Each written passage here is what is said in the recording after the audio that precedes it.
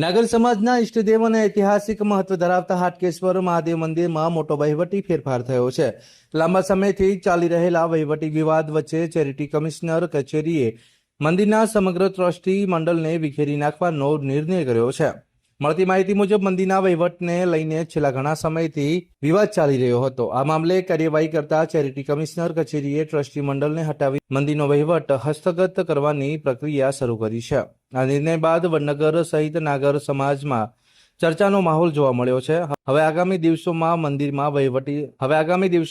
મંદિરના વહીવટ માટે શું નવી વ્યવસ્થા ઊભી કરવામાં આવશે તેના પર સૌની નજર મંડાઈ રહી છે.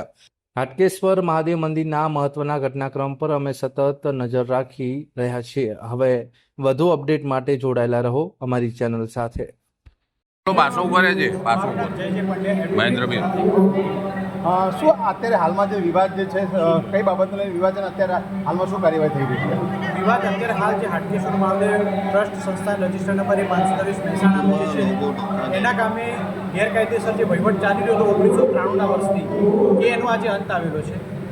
આ ગેરકાયદેસર વહીવટ એટલે હાલના જે બની બેઠેલા ટ્રસ્ટીઓ હતા એ નામદાર ચેરિટી કમિશનરની કોર્ટમાં અલગ અલગ અરજીઓ કરાવી અને પોતાના નામોમાં ફેરફાર કરી અને પોતાના નામોની મંજૂરી કરી હતી, જેના સામે અરજદાર જયંતકુમાર કાંતિલાલ પંડ્યા મૂળ વાંધેદાર હતા. એમની વાંધા સાથે અરજી મંજૂર કરી અને નામદાર ચેરિટી કમિશનરશ્રીએ જે હાલના બની બેઠેલા ટ્રસ્ટીઓ છે એમને ગેરકાયદેસર ઠરાવી અને સંસ્થા બંધારણ વિરુદ્ધનો વહીવટ કરતા હોય એમને રદ કરેલા છે.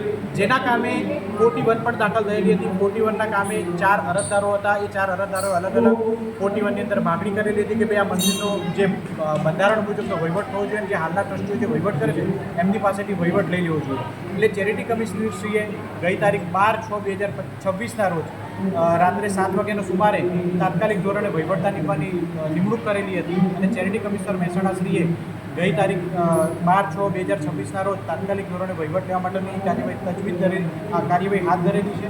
અને જેના કામે આ જે બની બનેલા ટ્રસ્ટીઓ છે આજની તારીખમાં પણ કોઈપણ રીતે સરકારશ્રી પોલીસ તંત્રને કે ચેરિટી કમિશનરશ્રીના અધિકારીઓને સપોર્ટ કરતા નથી અને મંદિરના જે દરવાજાઓની રૂમોની જે પણ ચાવીઓ છે એ આપતા નથી અને પોતે પોતાના ઘેર ભાગી ગયેલા છે. એટલે જે હુકમ છે હુકમની બજાવણી કરવામાં પણ એ વિક્ષેપ કરી રહેલા છે.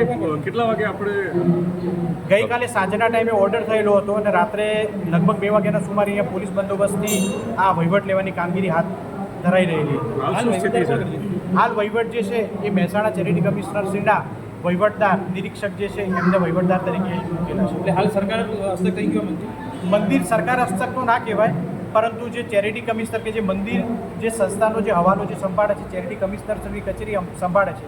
એટલે હાલનું જે મંદિરનો જે વહીવટ છે ચેરિટી કમિશનર શ્રી મહેસાણાના નિરીક્ષક જે છે એ હાલ વહીવટદાર તરીકે એનો હવાલો સંભાળે છે. ઓકે.